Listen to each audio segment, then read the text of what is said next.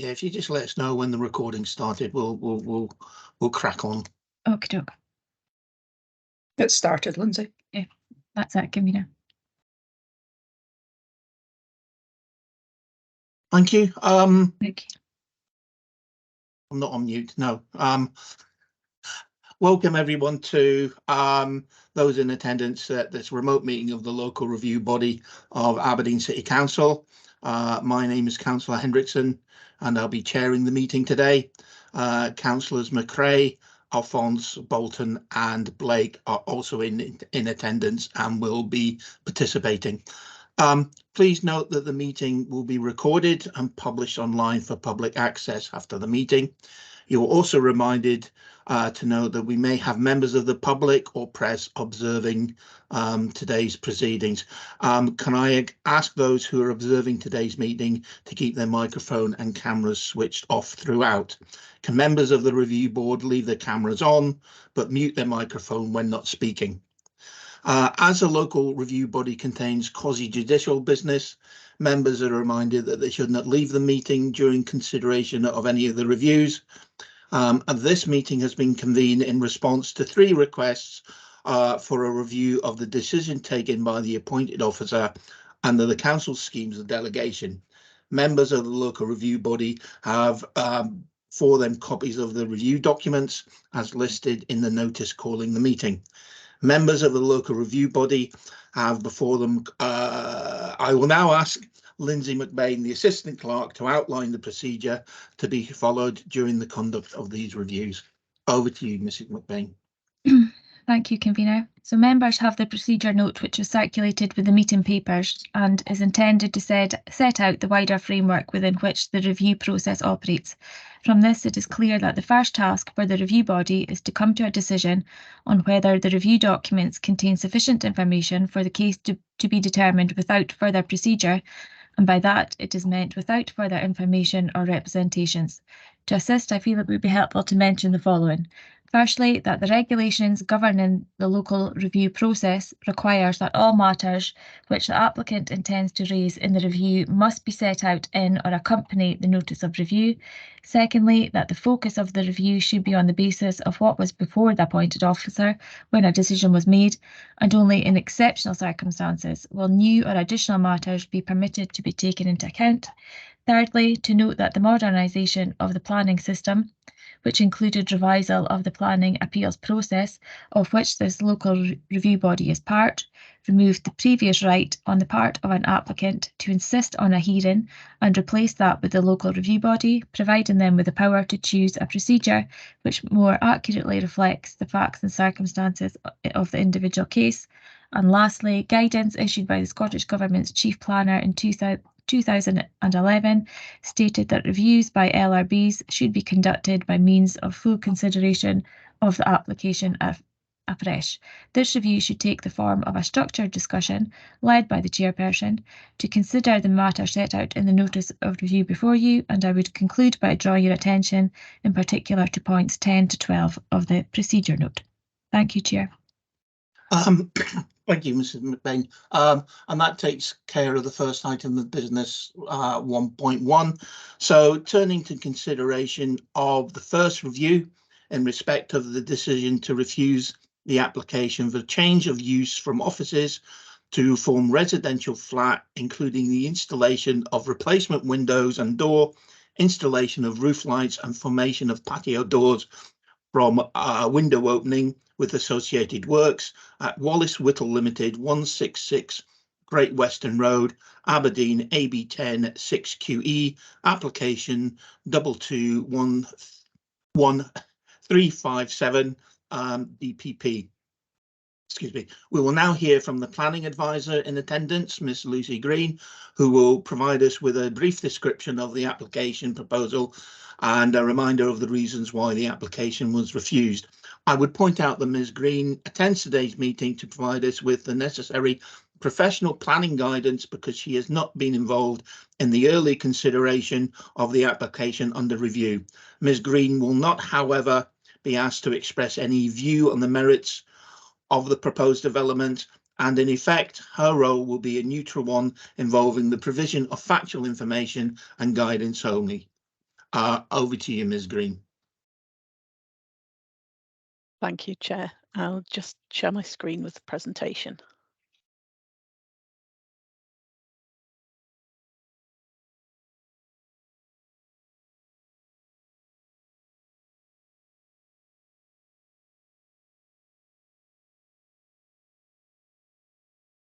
I should be able to see that now, hopefully.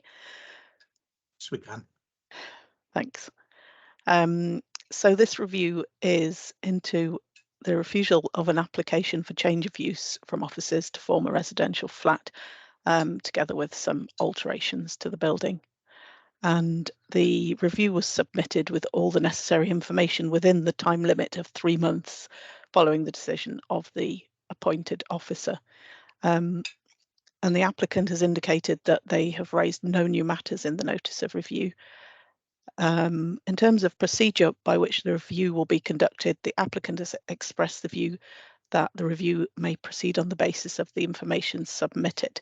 So I'll continue and provide some background information before coming back to you councillors to make a decision on how to proceed. So the first slide is just showing the location plan. The application site consists of a traditional 2-storey granite building with a later single-storey addition to the rear. That's the subject of this application. It's located on the corner of Chatham Place and Great Western Road. And the ground floor and extension are currently occupied by offices with residential flats on the upper floors. And the application relates to the single-storey rear extension part of the building. So that's this part here.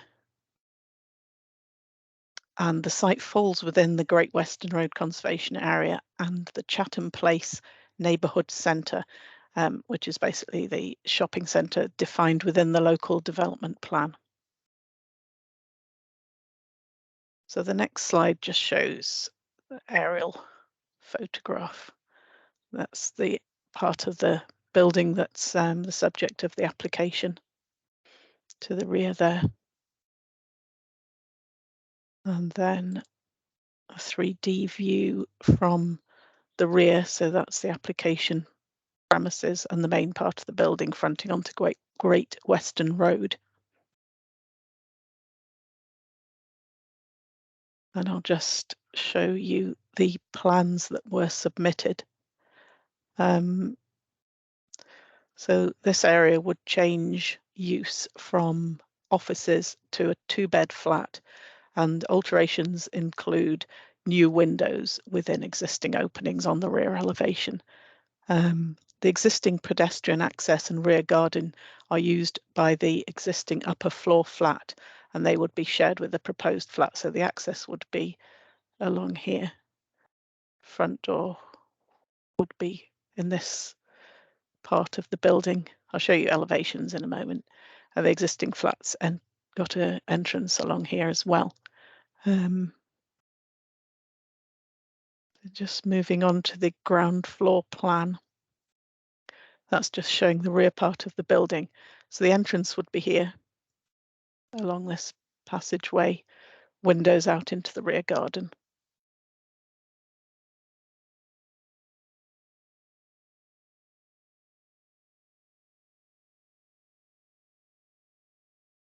And that's showing the rear elevation with replacement windows that would face out into the garden. And you can see also the new roof lights that would be installed on the roof.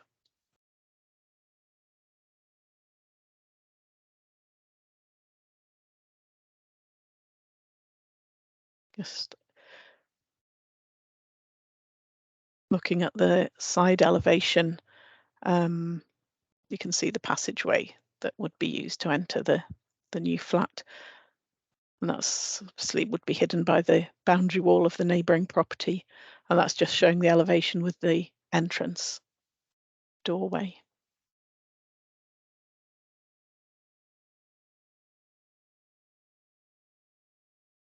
Side elevation on the other side.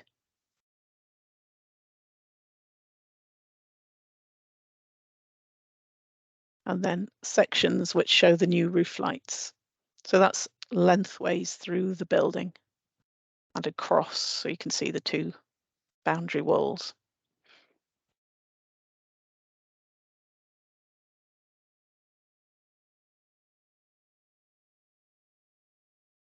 Moving on to the reasons for refusal, which are summarised on this slide, stated in full in the report, which is in the agenda.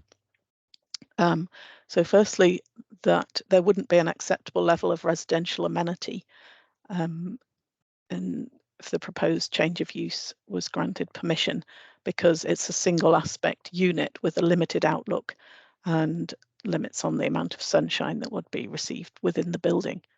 It's positioned at the rear of the building with no public face to the street, and that access would be through the lane, and that it wouldn't fit with the established pattern of street-facing buildings in the surrounding area, and that therefore quality of development and the well-being of applicants due to the above, and it would be contrary to policies on design and amenity in the adopted local plan and the proposed local plan, and also national guidance, national policy within NPF 4 on design.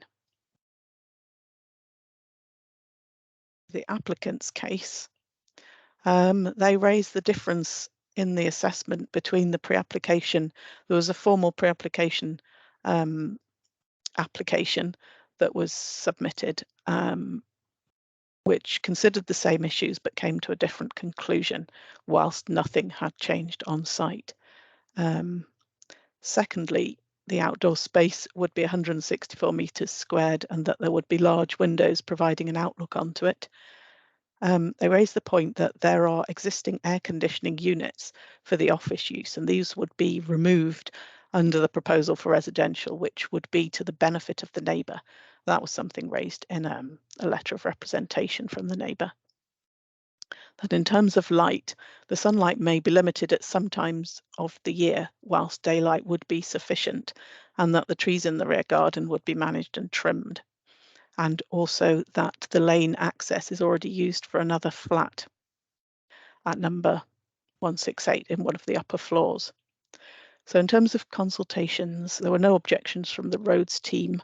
Environmental Health made no comments on the application, and there were no comments received from the Ashley and Broomhill Community Council. There was one neutral letter of representation, and that raised the matter of the air conditioning unit that serves the offices at the moment, and that currently has an adverse impact on the residential amenity of number 10 Chatham Place, and that the proposal would result in that being removed. So at that point, I will return to you, convener, for members to decide how to consider the review. Thank you, Ms. Green. We now need to consider whether we have sufficient information in front of us today to take a decision on the application. Members, remember that if you do not feel you have enough information to take a decision, you can request further written information to be provided, hearings be arranged, or a site visit undertaken. I feel on this application I do have enough information to proceed. Moving on, Councillor McRae, could you please state if you have sufficient information to make a decision, and if you do not feel you have any further, what further procedures you have required, please state for the minutes the reason why. No, I'm happy with sufficient information. Thank you, Councillor McRae. Councillor Fons, could you please state for the record if you have sufficient information to take a decision, and if you do not feel any further procedures are required? I'm happy with the information that we've received today. Yes. Thank you, Councillor Alphonse. Councillor Bolton, could you please state for the record if you have sufficient information to take a decision, and if you do not feel further procedures are required, please state for the reasons why. Okay, I am familiar with the location, so for me personally, I don't feel that I require further information. Can I just double check that there wasn't a request for a site visit by the applicant? No, there wasn't. Okay, no. Well, I'm content with the information I have to proceed today. Thank you. Thank you. Councillor Blake, could you please state if you have sufficient information to take a decision, and if you do not feel any further procedures are required, please state for the minute the reason why. I feel You've just gone mute, Councillor Blake. I feel we have sufficient information. Yes, thank you. Thank you. As members feel they have sufficient information, we will now hear from Ms Green on the relevant policies and considerations for this review. Back to you, Ms Green. Thank you. I'll just share my screen again. Just a moment. Okay, and move on to the relevant policies.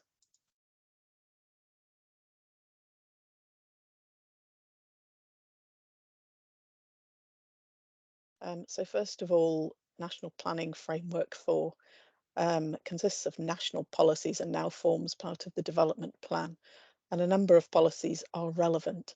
So I've just highlighted there the one that was used by the case officer as a reason for refusal, which is Design Policy 14. The other policies, Policy 7 relates to preserving the character of the conservation area. Policy on zero waste, that actually supports the principle of reusing buildings rather than demolition. Policy 13 on sustainable transport promotes development in accessible locations. Policy 15, that talks about 20-minute neighbourhoods and promotes living within close proximity to services, which this site is. And policy 16 in principle supports the provision of a choice of homes in accessible locations. So policy 14 was used as a reason for refusal, and it relates to design and is similar to the policies on design in the adopted and proposed plans, which I'll cover in slides to follow.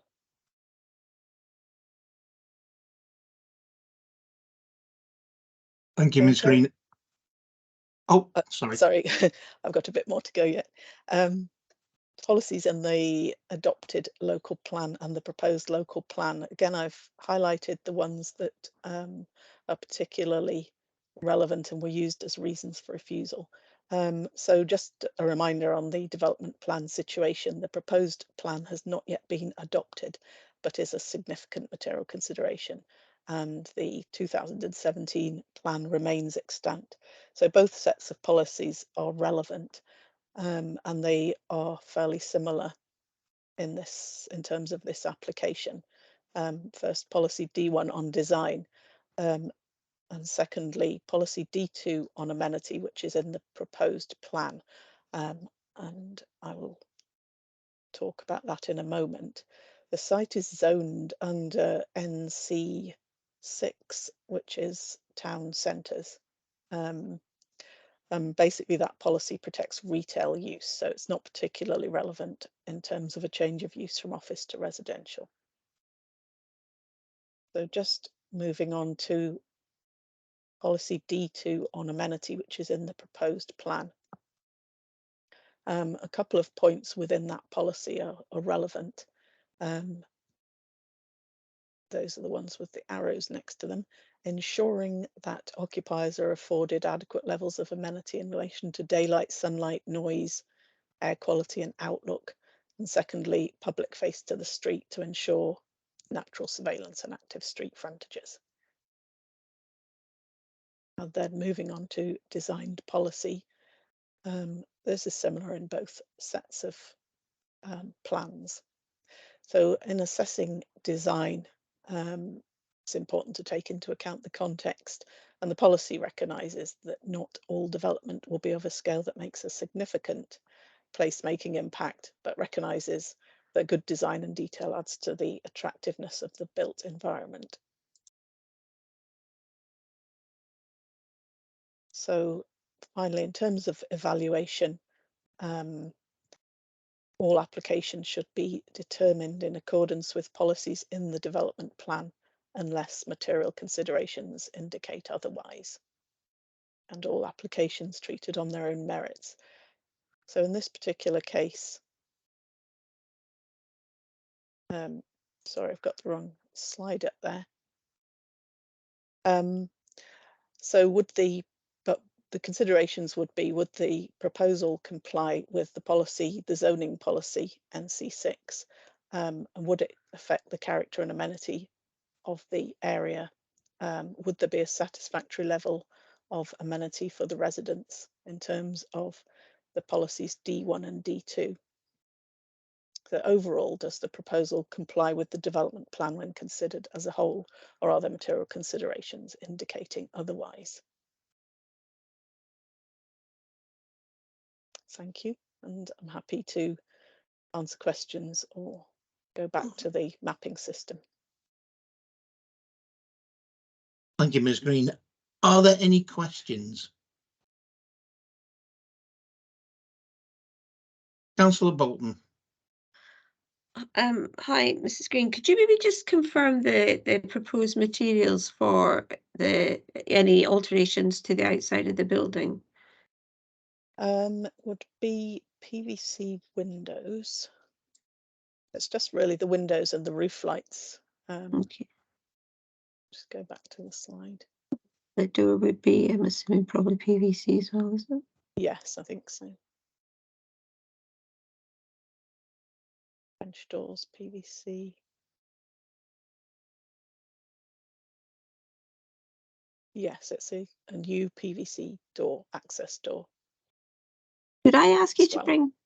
bring up the picture with the aerial view so you can see the rear of well, where the building is, so I've got an overview of the back, please. Yes. Just a moment.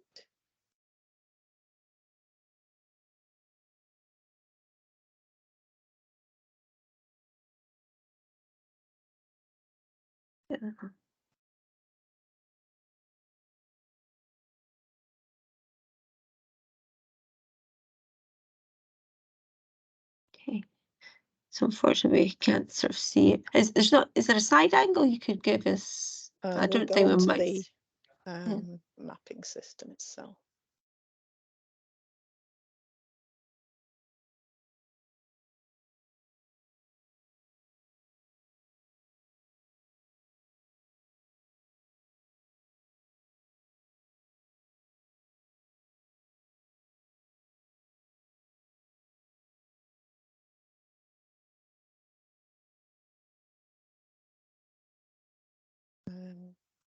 Bit more of that.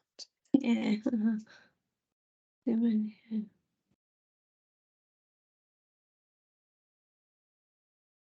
And that tree, is it in the property's boundary? They were saying about trimming it back, or is it part of? I'm Somebody- not sure about whether all the large trees are. They certainly do talk about trimming them back. Yeah. Um, Okay. Now that's helpful. Thanks very much. Thanks, Lacey. That's all for me for now. Thanks, Del. Thank you. Councillor Alphonse. Thank you for that, Miss Green. What I wanted to find out was about the solar tube that would be installed for the daylight. How many would be installed in the property? right, let me just go back to the plans.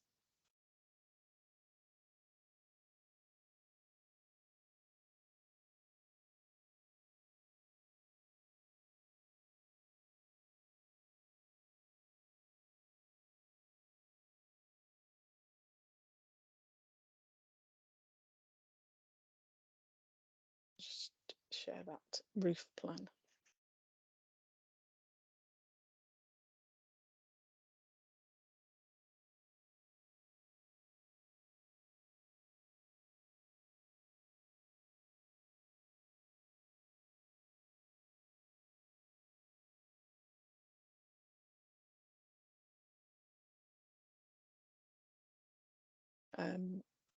So you can see the roof lights there on Yeah. the roof. Okay.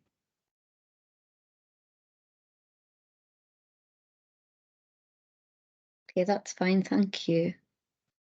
Because I presume, I mean, that the left hand, sorry, the right hand, sorry, the right hand side will be right against the wall. There won't be any light there at all.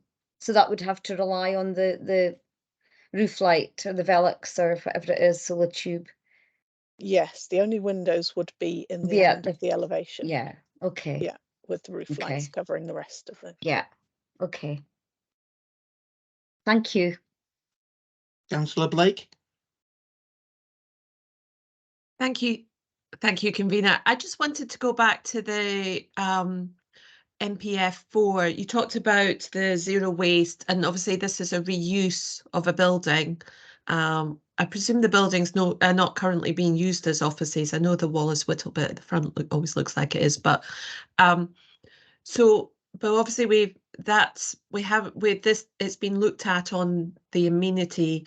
Can you just go over a little bit about that policy and how that would work? Because obviously that is one of the things the applicant has said, is that it is about the reuse of the building, and that fits with this particular policy. Could you just talk to me a little bit about that, Ms. Green? Yeah, I mean, the policy basically talks about when developers have a choice between demolition and rebuilding, and it favours demolition as the first sort of the preferred option. So it's not, I mean, they are reusing a building, but obviously residential isn't the only use that could be found for this building. So I think those are the considerations in terms of that policy.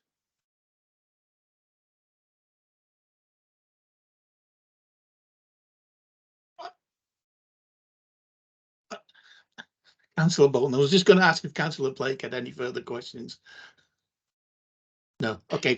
Councillor Bolton. Thanks. Just two other points. The kitchen leading through to the dining room is that a solid wall or is it a half wall? I couldn't quite make it out from the drawings. Is it? We're really into these open plan looks now, so.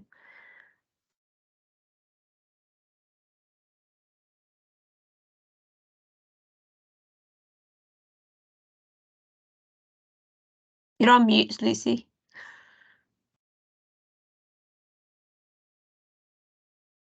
So, Right, sorry. So between the kitchen and the dining room, I'll just yeah. pull the plan up. Hold on a second. Thanks. I think if you just, Ms. Green, I think if you just leave the plans up at the moment, because I think I've got a few questions as well. Right, So. okay. Yeah. I couldn't quite make this. That's a breakfast bar. My even with my glasses on, I can't quite read that writing. Well, that says breakfast bar. So it wouldn't be a full wall. No. No, it looks as if it wouldn't. That would just be a half wall. Okay, and then my final question, was there ever any information supplied on how long this particular part's been vacant? I don't think that was supplied.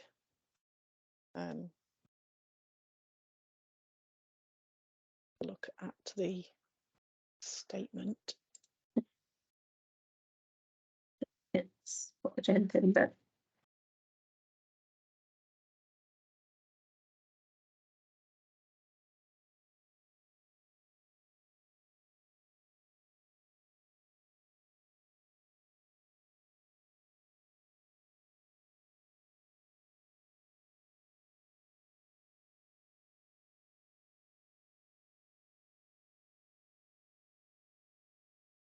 I don't think there was anything.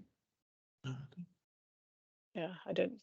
No, I couldn't. I didn't remember seeing anything, so that's fine. I just want to make sure I didn't miss anything. Okay, thank you. That's all. Okay.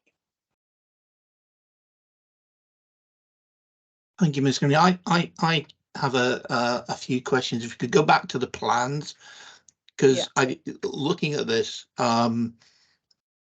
it's a question of light for the property and whether there's sufficient light coming into the area. So I just got a few questions. If we could go back to the layout plan.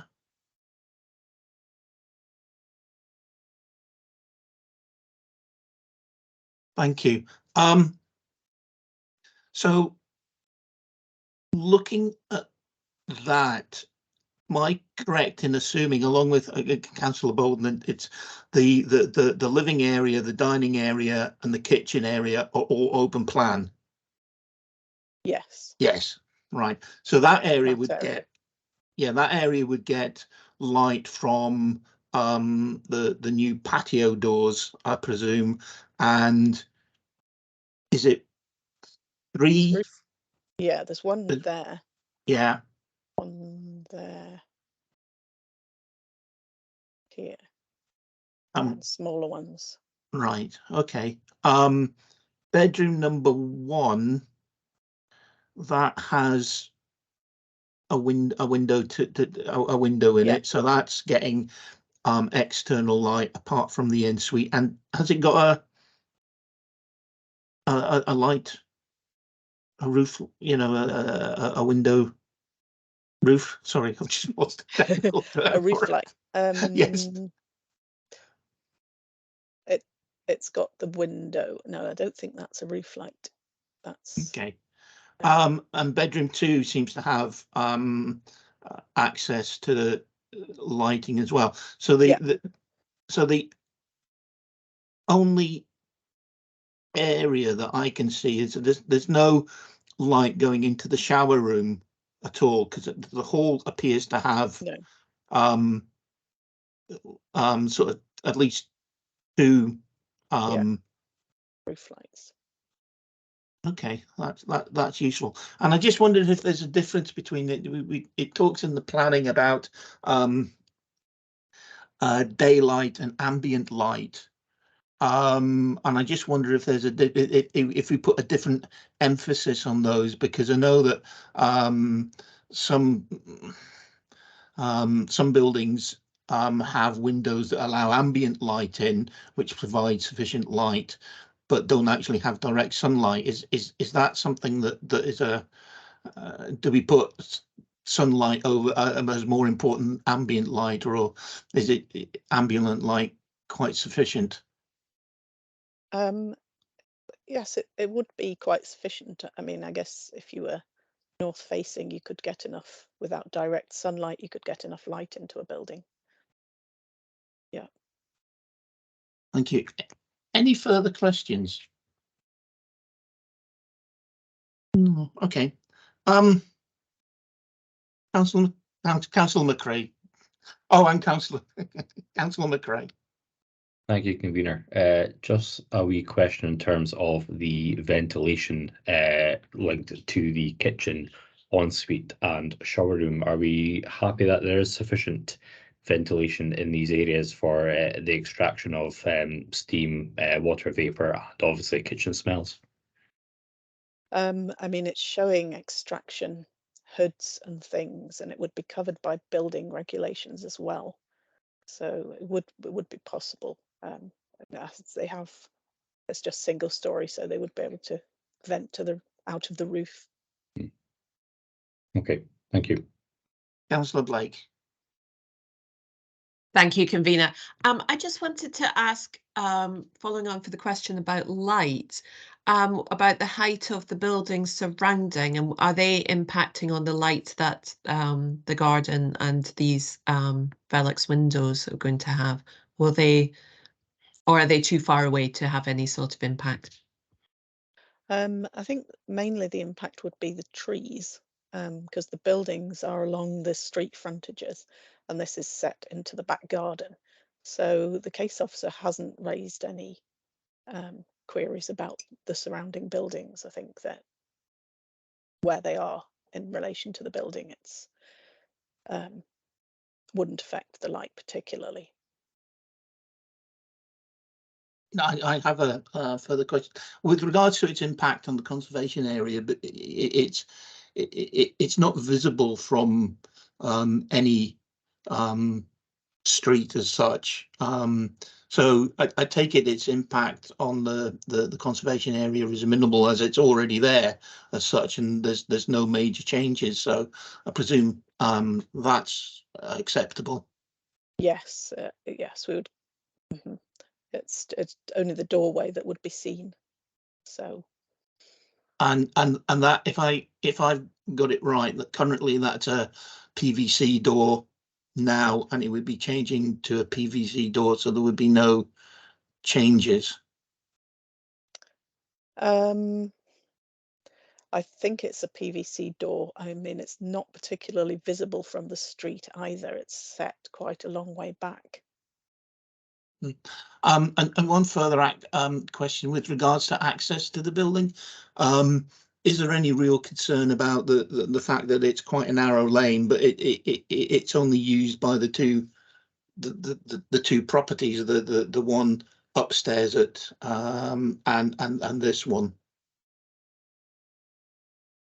In terms of a safety issue, you mean? Yeah. I mean, there isn't any sort of policy that would that it would be relevant in terms of that. It looks as, I mean, it's sufficiently wide for access.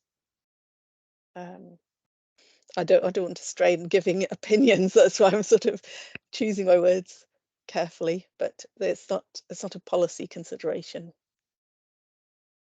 Thank you, Ms. Green. Is there any last minute questions? No.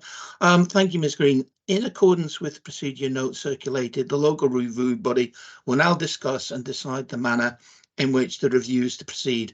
I would highlight that all representations relating to the case have been considered and taken into account. Termination. I think for me that the only issue with this is the light coming in. So I'm actually quite keen to see buildings reused. So I think it's quite good. If you look at some of the policies, I quite like it. It matches policy 12, reuse of a building. I think with it being an office building, I think we have issues throughout Aberdeen where there's ample office space, so it's questionable whether this would be reused. Policy 13, 15 and 16, I think it's quite happy. It's certainly within a 20-minute zone. It's on good bus links, and I think it's going. The only query is with policy D2, amenity and the lighting. And I think looking at the design, I think although there wouldn't be any direct sunlight coming into the building from because the windows are north facing, I think overall I think that there actually is enough amenity light, and enough ambient light coming into the property from the roof windows and the main windows. So I would be happy to overturn the decision and approve the application based on the it meets policy 12, 13, 15 and 16, and it's questionable about the amenity, but I think it really comes down to whether someone is willing to live with those. Councillor McRae, can you please state your decision in respect of the application, and state for the minute the grounds for that decision, referring to planning policy where appropriate? Yep, I would agree with your comments there. I would say, although it doesn't meet D2, it does meet a number of other planning considerations in terms of policies in relation to NPF 4. So I'm happy to go with your decision on this one. Thank you, Councillor McRae. Councillor Afonso, please state your decision in respect of the application and state for the minutes the grounds for that decision, referring to planning policy where appropriate. Thank you, convener. I agree with you too. For me, I mean, I think the light is sufficient, and also as far as the reuse of the building is concerned, I think that's very important. So it's not lying empty and falls into disrepair, or they can't let it again or whatever. So as far as I'm concerned, I agree with you and happy for it to go ahead. Thank you. Thank you, Councillor Alphonse. Councillor Bolton, please state your decision and in respect of the planning and state for the minute the grounds for that decision. This gets a bit repetitive through the day, so I do apologise. That's okay. Thank you, convener. Again, I would join you in overturning the officer's decision. Obviously, we've had policy D1, which was the quality placemaking. I think that it can be subjective. I know that there's certain criteria that we do match against, but I think it is a good use, and that's why I was interested around the use of materials. But I think given it's down the end of a lane in a back garden, the visual impact on the streetscape and the surrounding character is not for me a concern. D2, whilst I think that there's obviously a level of conflict with that, I think the fact that you've got amenity outdoor space, which a lot of flats don't have, you've got a through kitchen that allows the light to go all the way back from the double doors as well as the roof lights. I think Hugh was right to ensure that there was obviously adequate ventilation. All of those boxes have been ticked as far as I'm concerned. And if we look at the National Planning Framework 4, the only policy again that, you know, and it really laps over with D1 is about the design. And I'm comfortable that it complies with the majority of National Planning Framework for 12, 13, 7, 15 and 16. So I'm happy to overturn the officer's decision also. Thank you. Thank you, Councillor Bowen. Councillor Blake. Thank you, convener. Yes, I'm happy to overturn the decision as well. I do feel that this is a good reuse of the building and thus complies with policy 12 of the National Planning Framework, and indeed will fit. Its location will be good for essentially around 20-minute neighbourhoods and meeting things like active travel. I do think I understand there. Obviously, I think the questions have really brought out about the light. So I feel that will be sufficient for that. So yes, so I'm happy to agree to overturn. Thank you, Councillor Blake. The local review body has therefore agreed unanimously to overturn the decision of the appointed officer. We now need to consider whether any conditions should be attached to the approval of the application. I just wondered whether we're actually able to put in a condition regarding the comment about the AC unit and whether a location for that could be looked at if it should be installed so that it's more convenient. I know that was asked for, but I'm not sure whether we can actually do that. Councillor Bolton, you're looking. Yeah, it's just I thought they were removing it full stop because it was not ventilation for that building originally, so it's not required now, is my understanding. I think reading the papers, they were wanting to ensure that if it was required again for the offices at the front, it was set in an appropriate location. So again, I don't know whether we can actually enforce that, but it was just something that came up in the papers. So, or are we happy just to let you go with? I wouldn't have thought that would have been within our remit. We've been told it's been removed from there, and it was for a different property. So I think probably safest that we didn't venture down that road. No, that's why Green would confirm one way or the other. It was just raised in the papers. So Yeah. I thought I'd ask the question whether we can or can't. So Ms. Green, can we actually do that?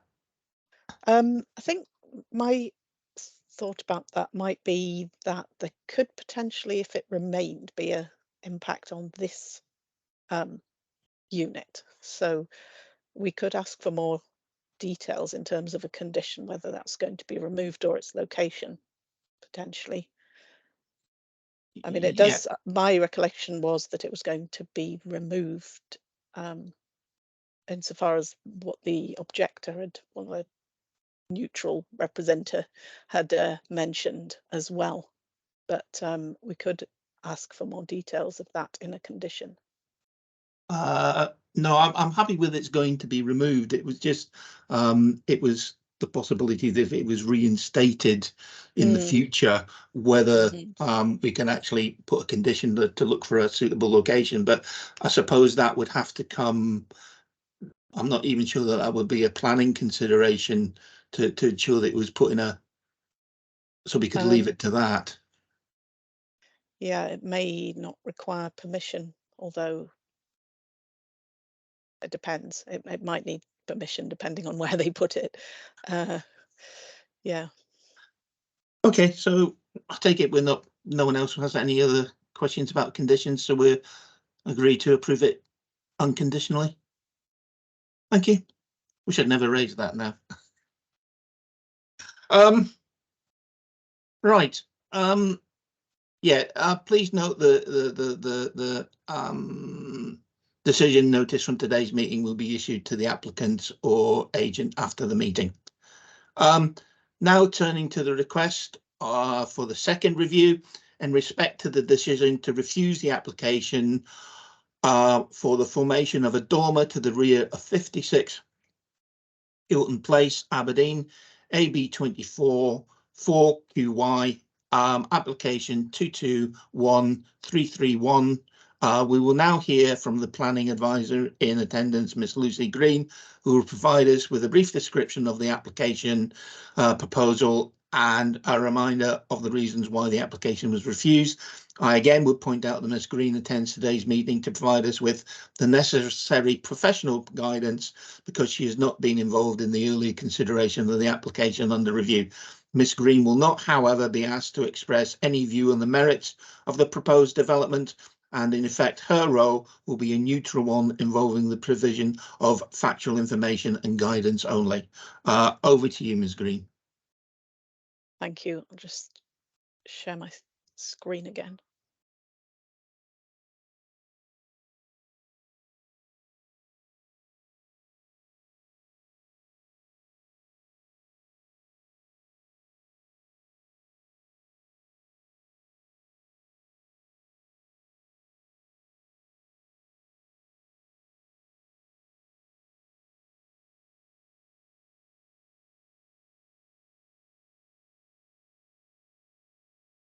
Right, sorry, it takes a while to set up.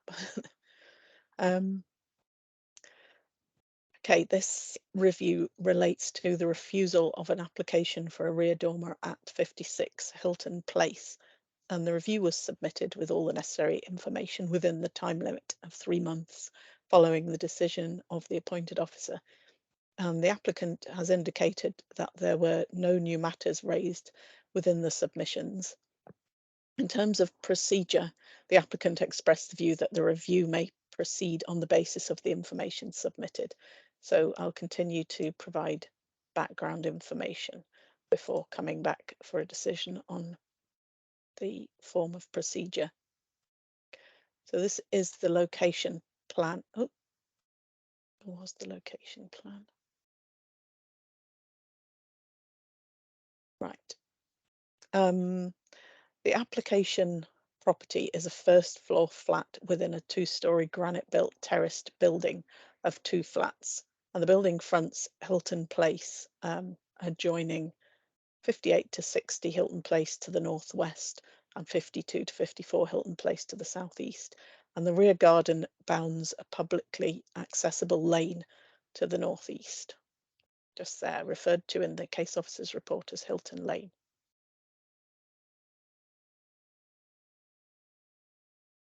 That's aerial photograph showing the property, and the rear dormer would be on this roof plane.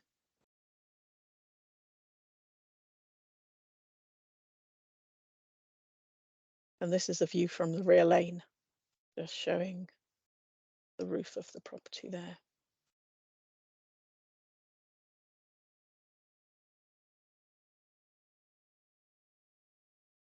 Then a 3D view.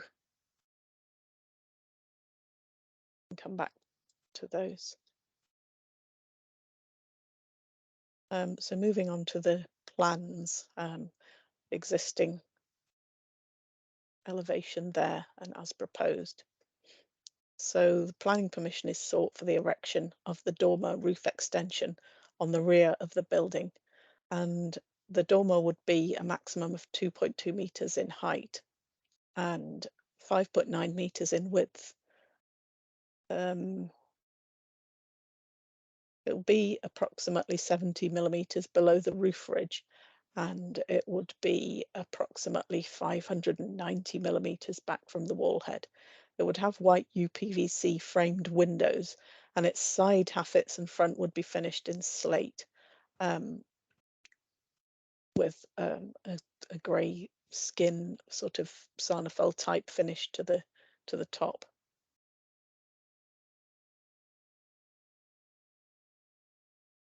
And that's the proposed and existing roof plans. Existing, and that's the top of the dormer there on the, as proposed on the roof.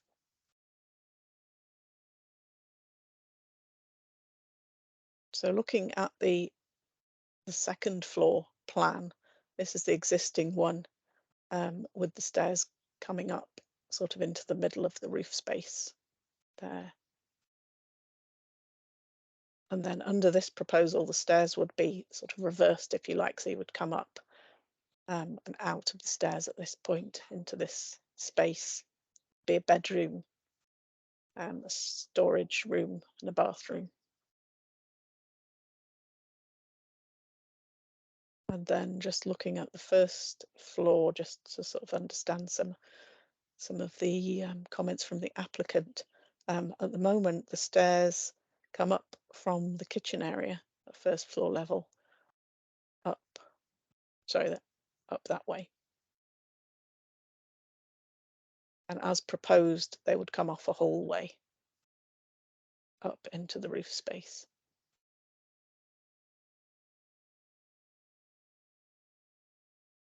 And that's a section through showing the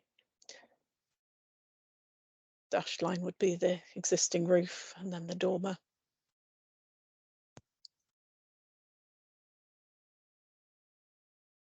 That's a side elevation and notes the materials.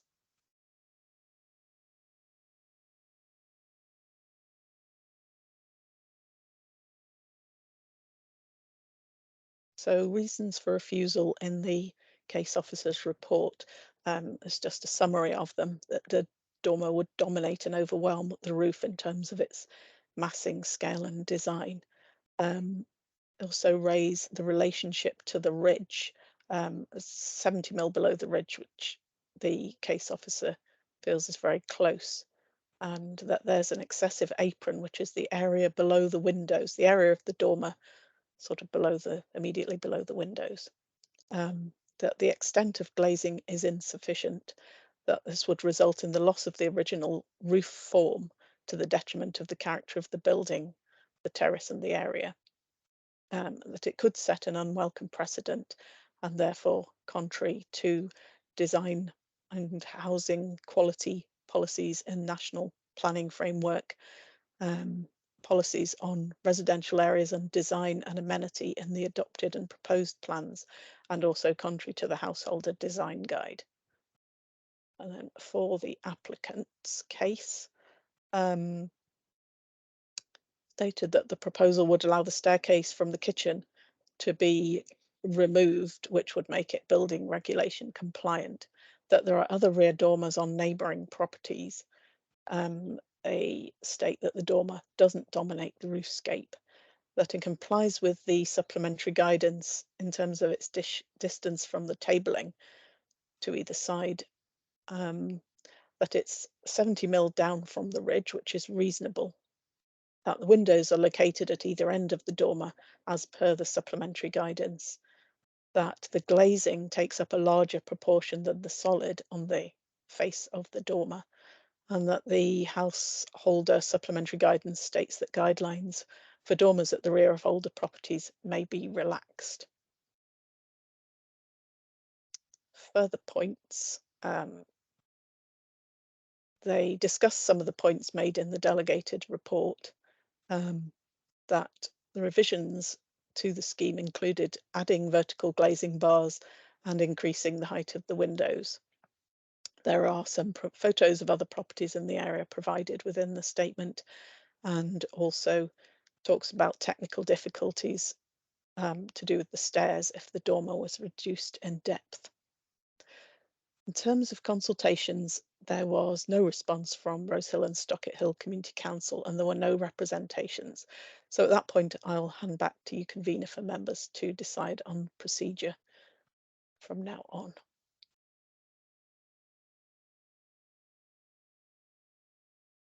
Thank you, Ms. Green. We now need to consider whether we have sufficient information in front of us today to take a decision on the application. Members, remember that if you do not feel you have enough information to take a decision, you can request that further written information can be provided, hearings be arranged, or a site visit be undertaken. The applicant hasn't actually asked for a site visit in this case. Yes, I have sufficient information to make a decision today. Councillor Bolton, could you please state if you have sufficient information to take a decision? Thank you, Councillor Hendrickson. Yes, or sorry, convener. I have sufficient information in the document before me. Thank you. Thank you. Councillor Blake, could you please state if you have sufficient information to take a decision today? Yes, I have sufficient information. Councillor Alphonse, could you please state if you have sufficient information to take a decision? Yes, I have plenty of information, thank you. And Councillor McRae, could you please state if you have sufficient information to take a decision today? Yeah, I'm content with the information. Thank you. As members feel that they have sufficient information, we will now hear from Ms. Green on the relevant policies and considerations for this review. Back to you, Ms. Green. Thank you. Right. Turning to the policies, the relevant policies in national and local plan. National planning framework. Policies on design and quality homes. So as I mentioned previously, proposed plan has not yet been adopted, but significant material consideration.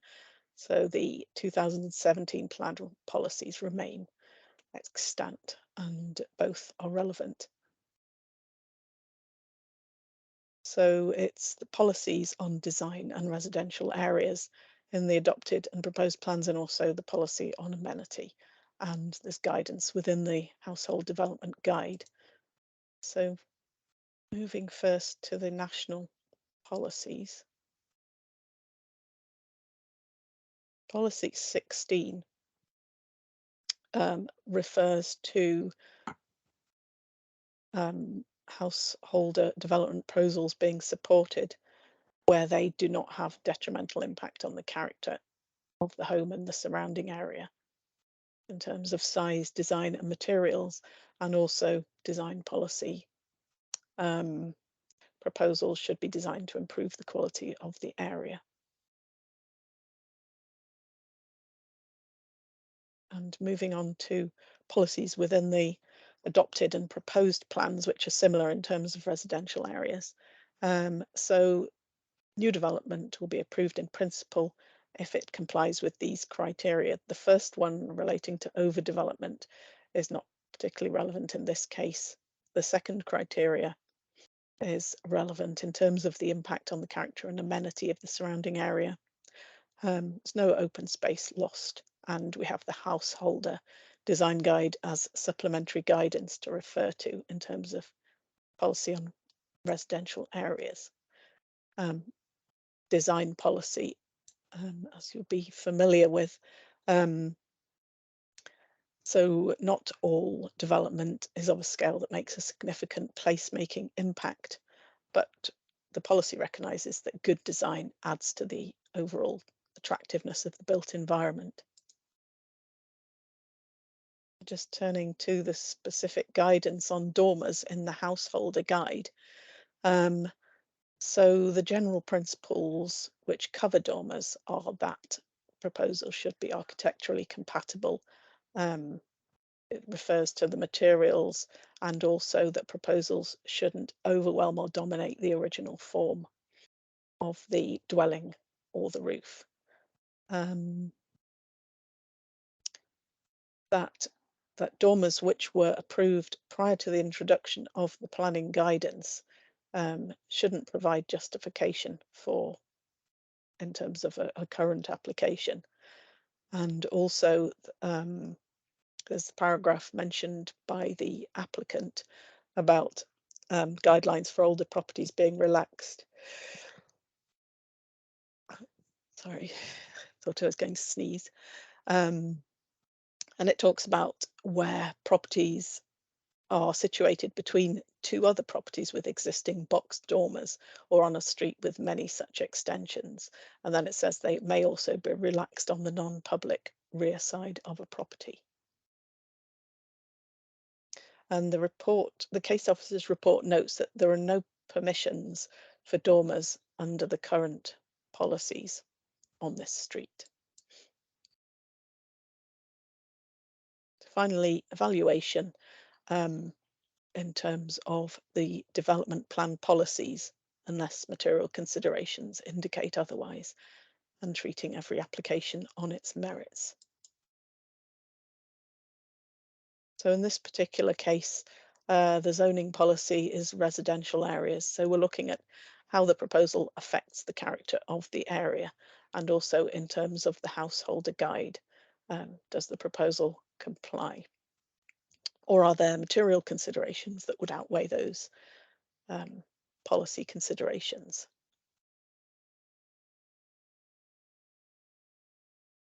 That's all from me. Thank you. Thank you, Ms Green. Do members have any questions for Ms Green? Councillor Bowen. Thank you, convener. It's around, there's obviously a bit of controversy around the scale of distance between the edges of the dormers, etc. Could we just have it confirmed which is actually correct in terms of the measurements? In terms of the distance to the tabling, I think there was just a 50mm difference there. I think probably what's happened, I would say that the applicant will be correct because they'll have more detailed plans. The case officer has probably scaled off the drawings, but the difference is quite small, and the case officer has considered that the distance to tabling is acceptable. I think the applicant's also referring to the distance to the boundary, which is the middle of the tabling. So there's a bit of confusion in that, the difference between the two. And just again, confirmation, because they also mentioned that the planner states that only revisions in the application was the addition of vertical bars in the windows. This isn't correct. The windows were increased in height at the request of the planners. That again, is that correct? Yes, I think there was a small increase in height of the windows. Okay, thanks very much. Thank you. Councillor Alphonse. Thank you, convener. I just wanted to ask Lucy, the dormers wouldn't be visible from the street, would they? Can we have a look at the view again from?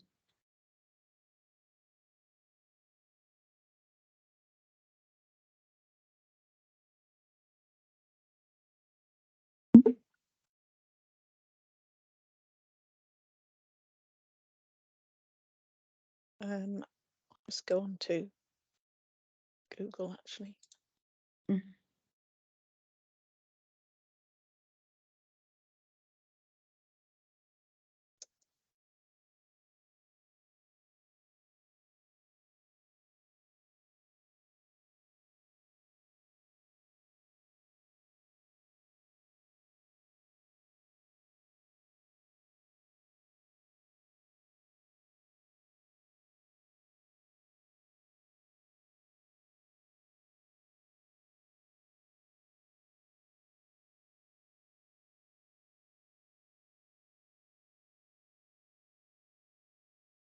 Yeah, so okay.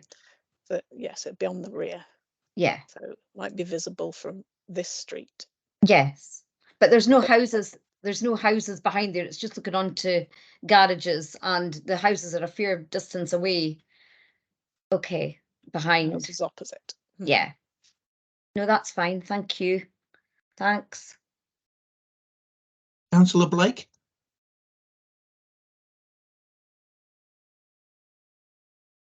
Lucy, could we put up that image again, Lucy? I just wanted to Yes. clarify that there isn't, other than the one next to it, that particular row doesn't have any other dormers to the rear. So, you know, so basically it's not between two that have got these big box dormers. The one next to it has quite a large extension, but then the rest of them are the original roof. Is that correct? It's this roof, so it's got one next to it. Yeah. And then I there's can't that- see at the moment. It's still black Oh, for me, oh, but sorry. I'll probably come up in a minute. It's probably my internet. I'll just wait a moment. Is it? Have you got it yet? No. Can everyone else see that? Or, Can anybody else see it? Oh, Yes, Yes. oh, it's still black. Oh, here we go. Here we go. so that's the right, roof. okay. There's one Right. next to it, and then there's that Yes. one. And then there's another one there. Then there's that one. Okay. Yes, and then there's obviously two further up the other side of the road. Yeah. Okay. That one. Yeah. Okay, that's helpful. that Thank okay? you. Yeah.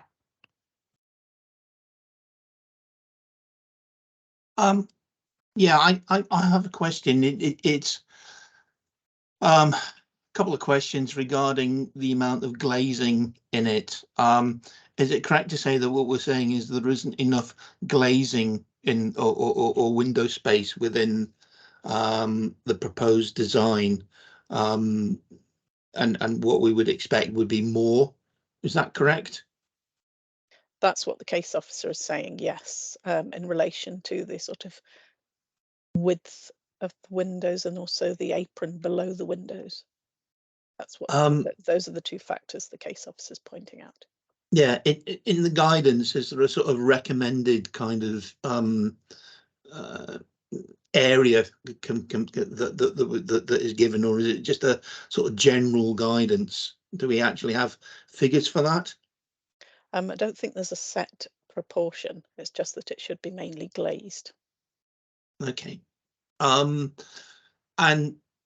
leading on from that, and I think I know what the answer is going to be, is it's the height below the ridge line. Do we have any sort of firm guidance for that? Because 7 centimeters, or yeah, I think it is 7 centimeters, isn't it, or 700 millimeters, it's quite close. So what would we expect that height to be? The guidance just says a reasonable distance.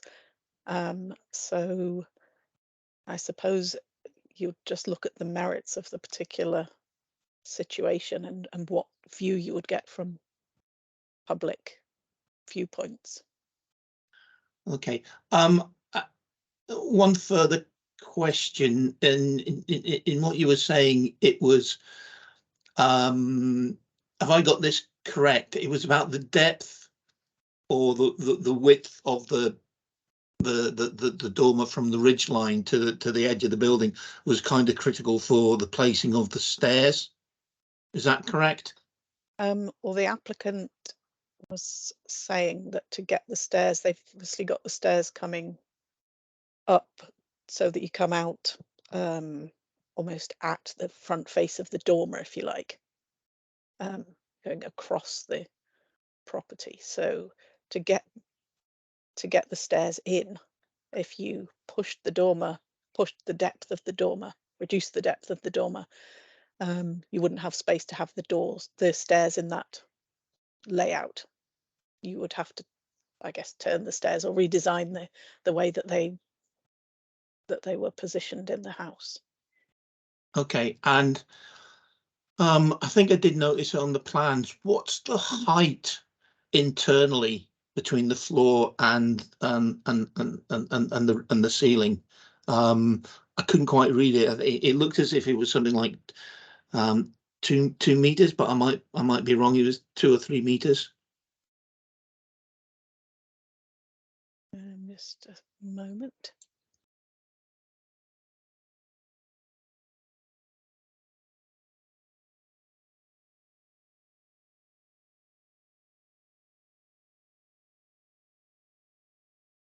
Got plans not responding for a moment. Okay. Right there, that's it. I think they've got them now.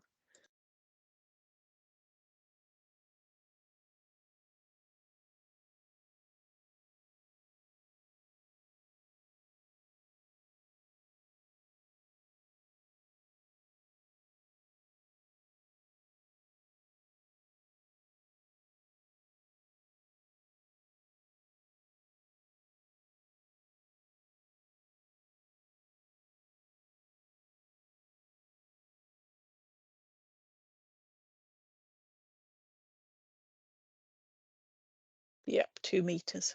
2 meters. Mhm. Okay. My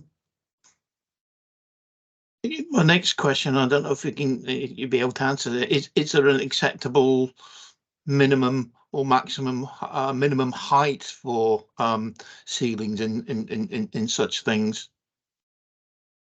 Well, probably in terms of building regulations, but in terms of planning, no, Okay. we wouldn't be looking at the height. Yeah, I mean, 2 meters, I would say, would be close to what you could reasonably Expect. Yeah. Thank you. Any further questions? No, lots of shaking heads. In accordance with the procedural note circulated, the local review board will now discuss and decide the manner in which the review is to proceed. I would highlight that the representations relating to this case have been considered and taken into account, and we now move on to the determination. I'm going to uphold the officer's decision. I think it doesn't meet with the guide on dormers. I do find that it's actually quite a dominating thing. I would be happier if there's more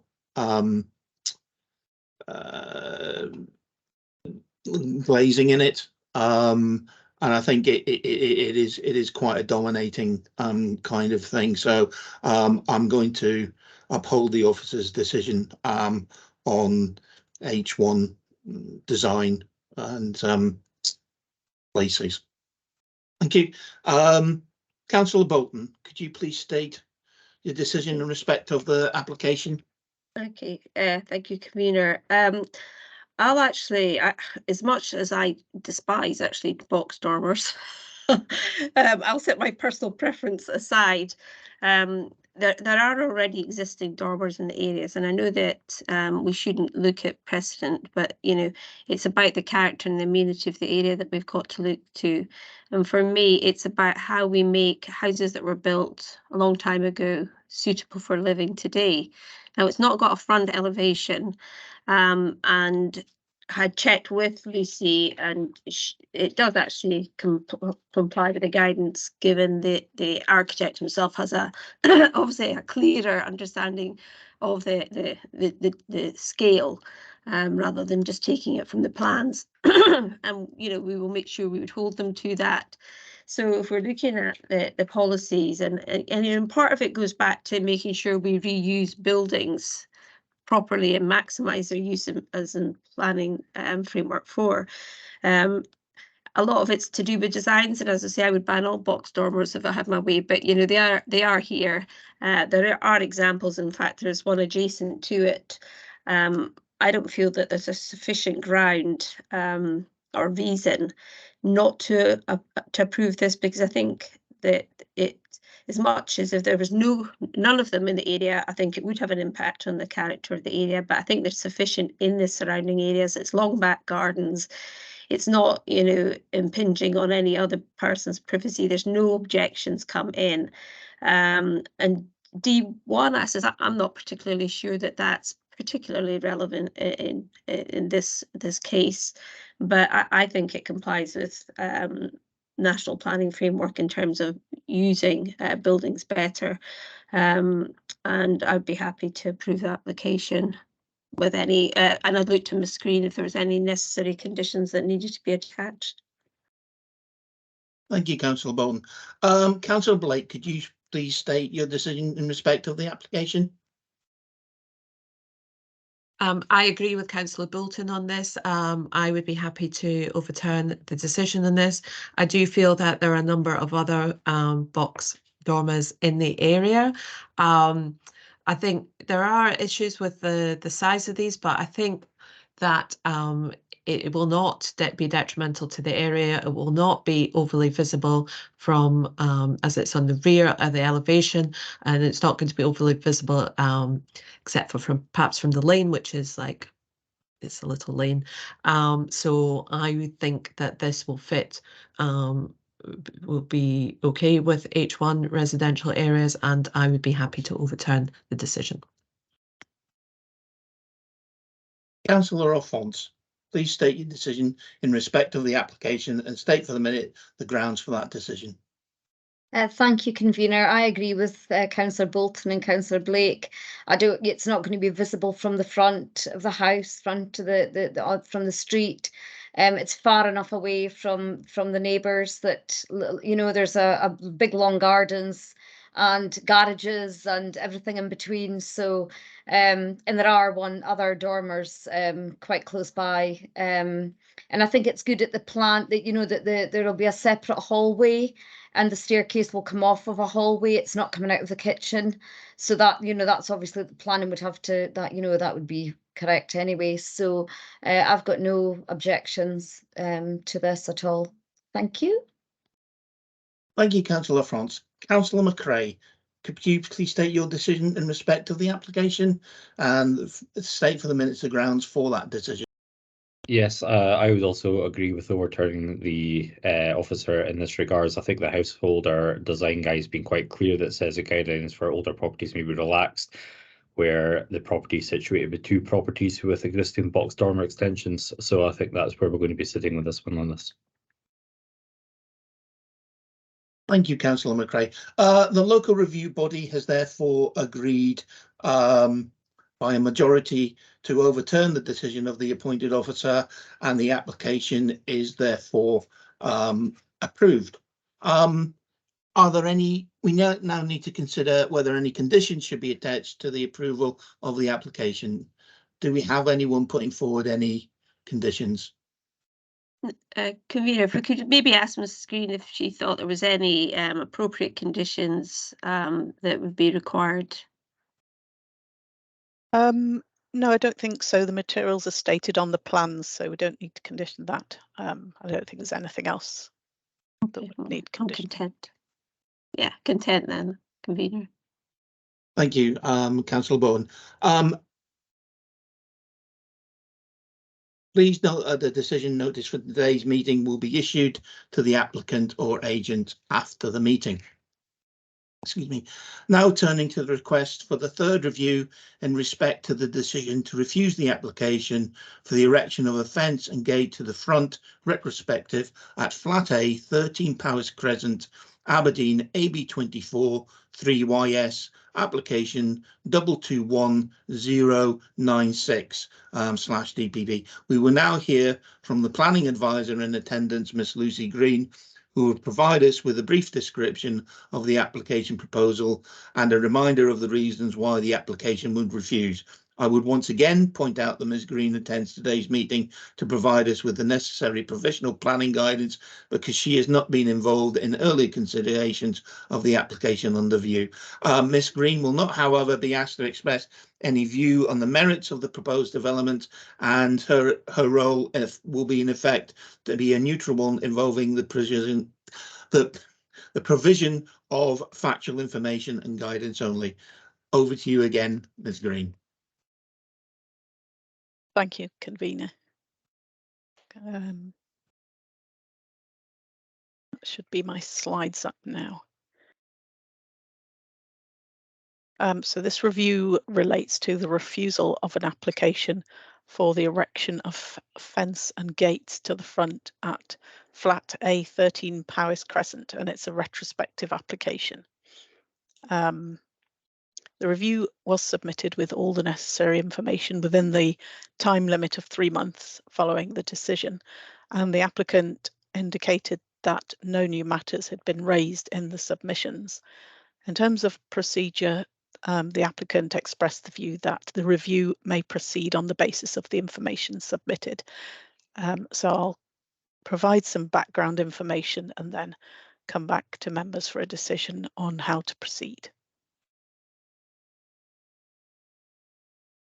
So the next slide shows the location of the site.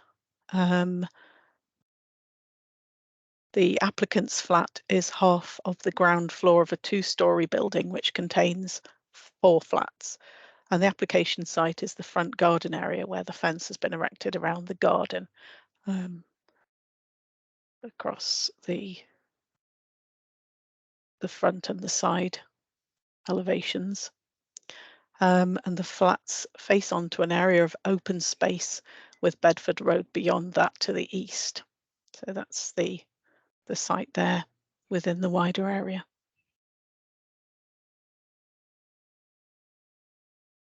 And just looking at the aerial photograph, you can see there are some mature shrubs within the front garden. And that's the rear communal garden at the back.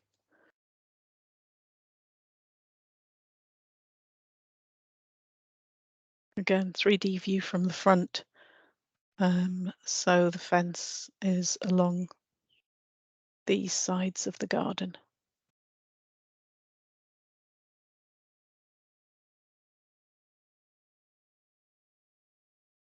And that's taken from street view. Obviously the fence has been erected at that point, and you can see it alongside the path up to the entrance as well.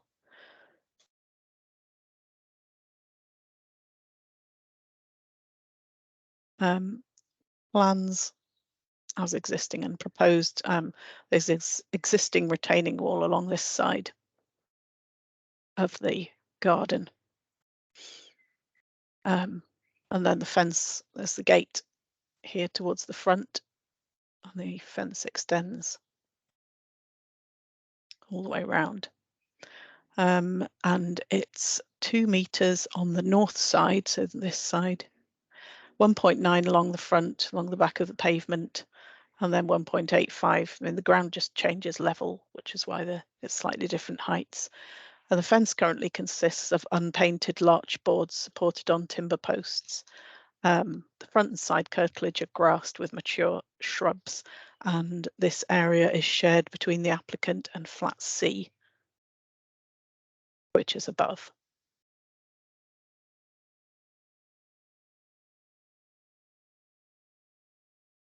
So this just shows the various elevations on facing the road shown in the photograph. This is up to the front door of the property, just along there. And then the 2 different views of the north elevation. So the south elevation, so that would be from within the garden. And then the other side of that same fence from this direction. In terms of reasons for refusal, they are summarised as inappropriate. The fence would be inappropriate in height, material, scale and siting, its location to the front and along the site boundary, that it would therefore be intrusive in the street scene with a significant adverse visual impact, impact on residential amenity because of the impact on the street scene, that it would set an undesirable precedent and would therefore be contrary to policy 16 in the National Planning Framework, design policy and residential areas policy in the adopted plan, and also contrary to guidance in the Householder Design Guide, and that there are no material considerations of sufficient weight to outweigh this. Then for the applicant's case, the applicant's points can be summarised as follows. The fence provides safe private amenity space for the occupants of flats A and C, which are a family with a young child, that they remove the safety risk of the previous low fence that was the barrier to the road previously, that the communal rear garden is used extensively by the other occupants of the flats and their dogs, and as such is not suitable for the family and their child. That the fence also prevents access to the front garden and therefore prevents vandalism and noise and unauthorised access, which has happened in the past. And the applicant talks about the impact on their family and also that the applicant works from home. Also, that there are street bins which were visible on Street View, located to the front of the garden, and the fence provides a visual barrier to those. They also make the point that planting within other gardens extends much higher than this fence, and that other properties have hedges higher than the fence. Some further points from the applicant: that the fence doesn't impede visibility for vehicles, the Community Council doesn't object, that it's not unreasonable to wish to protect a property with a fence, and that the previous fence didn't fulfill security and privacy requirements as it was low. That it's not development and it doesn't have an unacceptable impact resulting in the loss of open space or impeding traffic. And that was a reference to the criteria in policy H1. That the applicant has said that they could reduce the visual impact of the unfinished larch by painting the fence, and also offered to reduce the height to 1.5 metres. And they've provided images of the fence in green, and there's also reference to the Equality Act.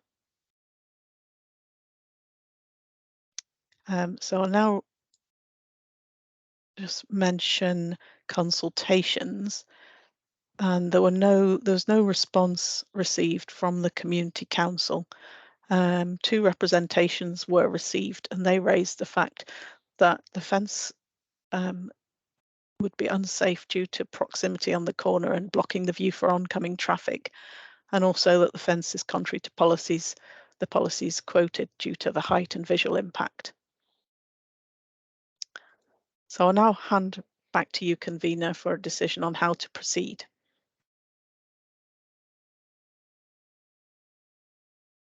Thank you, Ms. Green. Now we move on to deciding whether we have sufficient information in front of us today to take a decision on the application.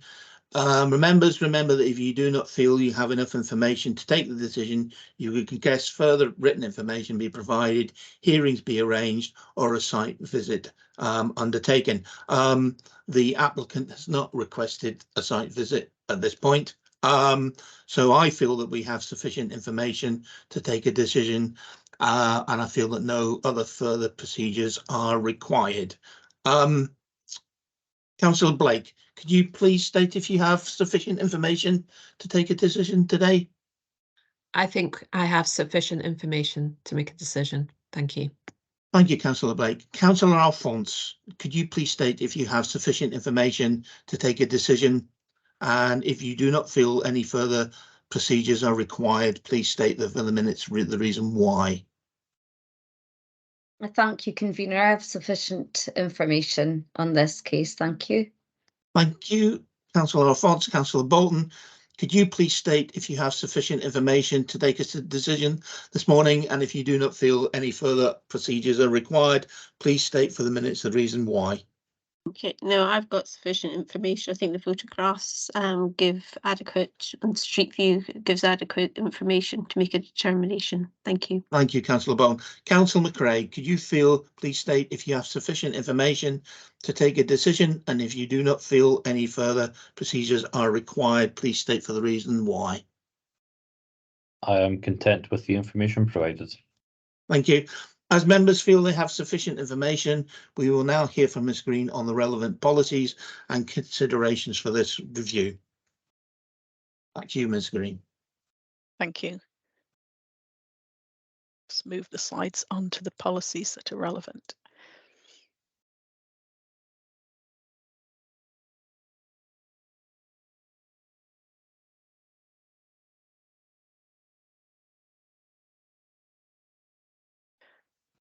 Right. As I've mentioned previously, National Planning Framework 4 now forms part of the development plan. proposed plan has not yet been adopted, so the 2017 plan remains extant and both sets of policies are relevant. And these are the relevant policies on quality homes within the national framework and policies on residential areas, design and amenity, as well as the householder design guide.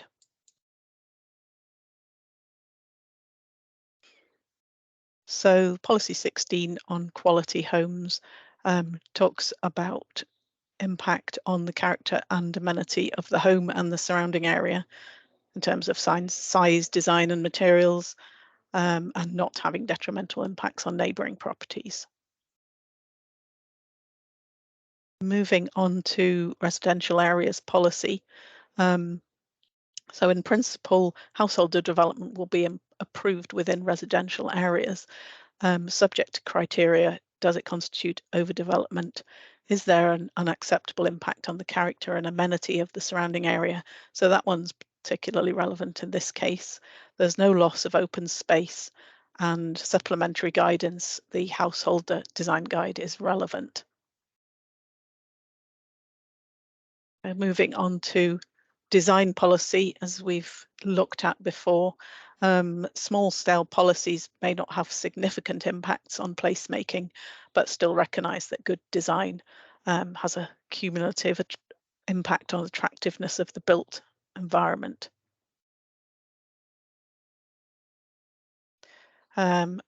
Policy on amenity in the proposed plan.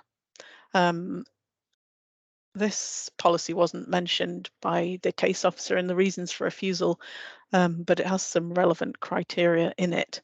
And it talks about occupiers being afforded adequate levels of privacy, and then private external amenity space being provided. And the policy is usually applied to new properties, but I thought it was relevant to look at in this case.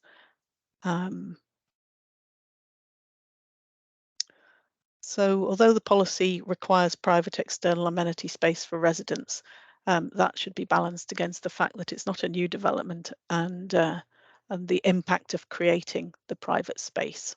It's for members to make a balanced decision on that. So looking at the householder design guide, in terms of fences, walls and other boundary enclosures, it looks at the scale and form of those being appropriate within the context and that they shouldn't detract from the street scene as a result of inappropriate visual impact. And it says they won't be permitted where they have an unacceptable impact on the amenity of neighbouring dwellings. So overall, evaluation is on the basis of the policies within the development plan, unless material considerations indicate otherwise, and each application treated on its merits. So this proposal is within a residential area. How would it affect the character and amenity of the area? And are there any other material considerations that would outweigh that? And that's it for my presentation. Thank you, and I'm happy to answer any questions. Thank you, Ms. Green. Are there any questions from Ms. Green? Councillor Alphonse. Thank you, convener, and thank you, Lucy. I would like to see the picture, the photograph of the fence in green, if you have that. Also, the applicant said that there was dogs, other neighbours had dogs, and he felt, or she felt, that maybe, you know, it wasn't safe. So I mean, we don't know the breed of the dog. Maybe that's a concern. Maybe that's why the fence was erected in the first place. So I would like, and also they're saying that they would reduce the height at the front by 1.5 meters. Or to 1.5 meters. So can I see, have we got a photograph of the fence in green, if they were to stain it or paint it? Yes, just a moment, I'll pull those up. Thank you.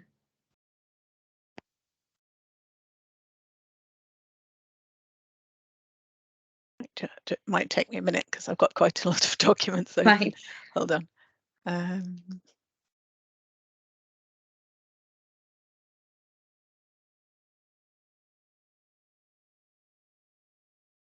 Just covering the point about the dogs while I'm finding that document.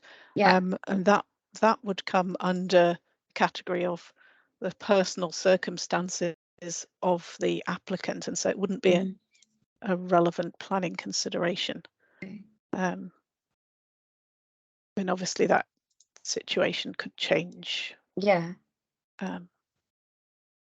And I think also, you know, it's maybe, you know, there's some horrendous gardens in Aberdeen that are visible.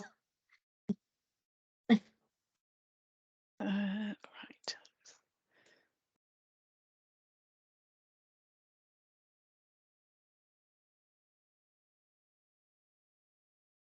Okay.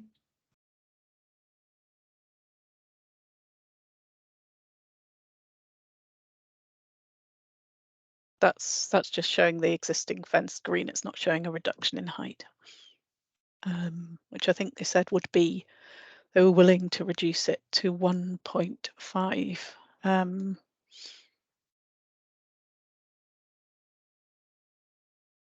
But obviously the proposal in front of us is for a higher fence. So to have to think about how that could be controlled if that was something members wanted to consider. Thank you, Ms. King. Councillor Bolton. Thanks very much, convener. Can I just check in terms of permitted development rights, Lucy, is there how does this impact with putting up fencing, for instance, given our supplementary guidance saying things might not be permitted? Under permitted development rights, they could put up a fence of 1 metre in the front area. Okay, that's fine. I thought that, but just wanted to check. Thank you. Beneath Councillor Blake. Thank you, convener. How tall's the existing black fence then, in relation to this? Obviously, it looks less than half. So I'm just thinking what you just said about a metre, you know, what height is that black fence?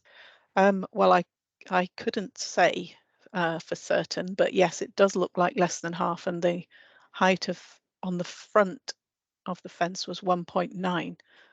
So it would look as if it's less than half, so less than 800 possibly. Right, okay, thank you.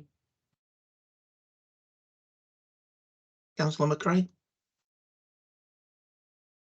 Thank you, convener. Can I just ask, with regards to the front fence that would go into pavement, has that been removed, or is it now hidden behind the new wooden fence? I'm not sure, to be honest, whether it's been removed. Because my next question sort of leading on to sort of, is this within the boundaries of the property?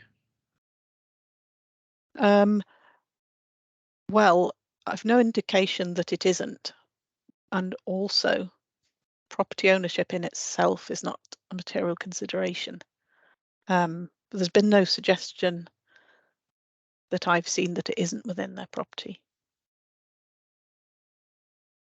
And do we know about the existing fence? Is that being completely removed, or is that in behind? I don't know the answer to that unless it's visible on one of the photographs. I could look on the mapping system.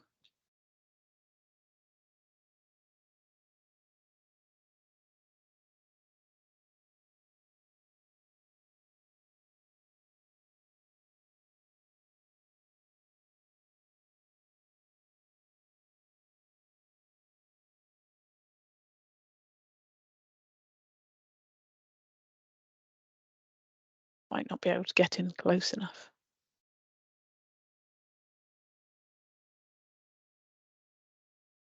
Yeah, it's not actually been erected on the 3D images.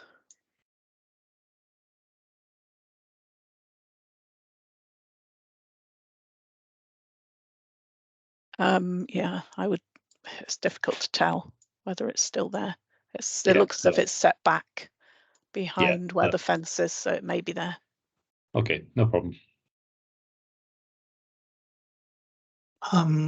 Thank you. Can we just stay there, because it's interesting that on the north edge, the fence is considerably higher, but actually looking at that, it appears to be the same height as the existing fence. I take it that's due to the drop in height, so it doesn't actually have an impact on the streetscape from that point of view as compared to the yes, there. Yeah, there's a retaining wall below on the applicant's side, so the ground has fallen. The ground's lower on the applicant's side, so yeah, it is a change in ground level but to all intents and lower there. To all intents and purposes, looking at that, it looks as if it's at the same height as or close to being the same height as the existing fence. Yes, that existing fence to the neighbouring property, yeah, looks as if it's similar. Okay. Height. Turning to if I start going into areas where I shouldn't be going to in public, regarding one of the representations that we had, that there was issues regarding mental health, and that was one of the reasons that it was actually erected. How relevant is that to planning with material considerations? Because I know that we've had in previous LRBs that has been taken into account, but I just wondered how much that would be taken into account in this case. Well, it's for members to decide how to balance the various issues. In terms of the Equalities Act, there are protected characteristics, of which physical and mental health are protected characteristics. So members should take that into account along with all the other issues raised by the fence, and it's for members to balance those. Thank you, Ms. Green. With regard to their suggestion that they could actually lower the height of the fence by, was it 0.4 of a meter, which would take it down to 1.5. Is that something we could insist on? And I'm jumping the gun here, but is that something we could insist on a consideration to get them to do that and to paint it, or would it require a new planning application for that? I think we could probably put a condition on that, put a time limit for reducing the height. If members felt that was that the application is only acceptable with that condition in place, and we could certainly condition painting it. Thank you, Ms. Green. Any further questions? Thank you. Moving on to moving on to the decision. I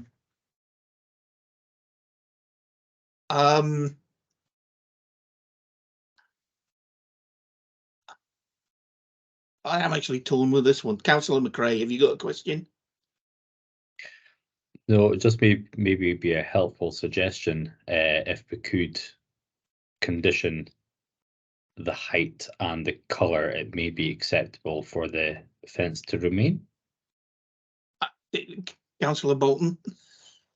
As much I understand what Councillor McRae's trying to achieve. However, I think it's so incongruous, can't get the word out, incongruous with that area. It doesn't sit right now. There is permitted development rights, so in real time they could actually, and I think with the different heights of the the levels of the garden, I think it starts to get quite complicated in terms of us doing conditions. I think, you know, if they wanted to change it, I think perhaps a fresh application might, given there wasn't an application to start with, might be helpful. I wouldn't be minded to approve. I think part of the whole ethos of that area is that openness, and there was fencing put, and there are other ways to give a level of privacy that I think would actually fit better with that area, such as shrubs. And you know, I just, you know, and I have, my heart goes out to, you know, what they're trying to achieve and the offers they've made, but I just think what you're going to end up with is kind of a half a solution that doesn't really fit in with the whole amenity and character of the area. And I think that the fence that was there, the black fence, is actually really nice, and it ties the whole scheme together.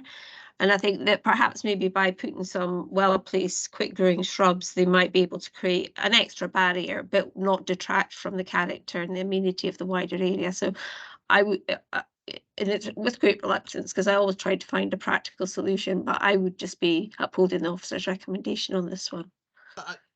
Thank you, Councillor Bolton. I was going to ask you for your input, but you got in early. Yes, I think we know how Councillor Bolton feels.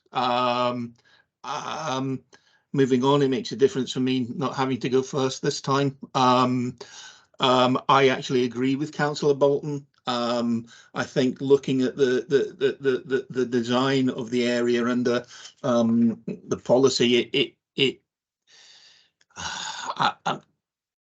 it does take away from the amenity of the area, which is, I wouldn't like to say that it's a heritage site, but it has been there for a number of years, and it was built, and it would be nice to keep it within it with the way that it looks at the moment. And I do feel that, like Councillor Bolton, there are actually alternatives. I know we shouldn't be giving solutions here, but I think possibly a hedge of some description would be much more in keeping with the area and look much better. So I'll be upholding the officer's recommendations. Councillor McRae, we'll go to you now. State your decision and the reasons why. Yeah, I'm kind of 50-50 split on this one. I'm concerned that in one of the representations, the applicant has noted that they have sought advice from City Council, and was advised that a fence could be erected around the front garden of the property, as the council already installed a black fence. I'm probably aware that I won't win any votes on this one, so I'm happy to go with Councillor Bolton's decision on this one. Thank you, Councillor McRae. Councillor Alphonse, could you please state your decision? Yeah, thank you, convener. I would have been quite happy if they reduced the size of the fence to match the black fence, if they felt that was safer for, I don't know if there's a safety issue with a dog from the other flat and there's children playing. That was my concern, really. But if you know, if there are other ways to make the garden safe, but I would have been happy with I think it's too big, it's far too big. And I think it would have looked lovely if it was stained or painted or whatever. But if it was just at the height of the black fence or just slightly higher than that, I would have been happy with that. But I'm happy to go with the majority. Thank you, Councillor Franz. Councillor Blake, can you please state your decision in respect of the application and state for the minute the grounds for that decision? Referring to planning policy where appropriate. Okay, thank you, convener. Yes, I would uphold the officer's recommendations. I think that would be in the case of policy H1, because I do think it's detrimental to the street scene. I do have every sympathy with the idea of safety, children's safety. But I do think that that could be achieved by planting actually to much better, and that would be much more in keeping with the environment. So really, for me, it's about H1, the impact on the street scene. Thank you, Councillor Blake, for putting some planning policy into that, because I know most of us didn't get the chance to do that. But the local review has therefore agreed unanimously to uphold the decision of the appointed officer, and the application is therefore refused. Please note that the decision notice from today's meeting will be issued to the applicant or agent after the meeting. Any further comments, Ms. Green? Or Lee? No. No.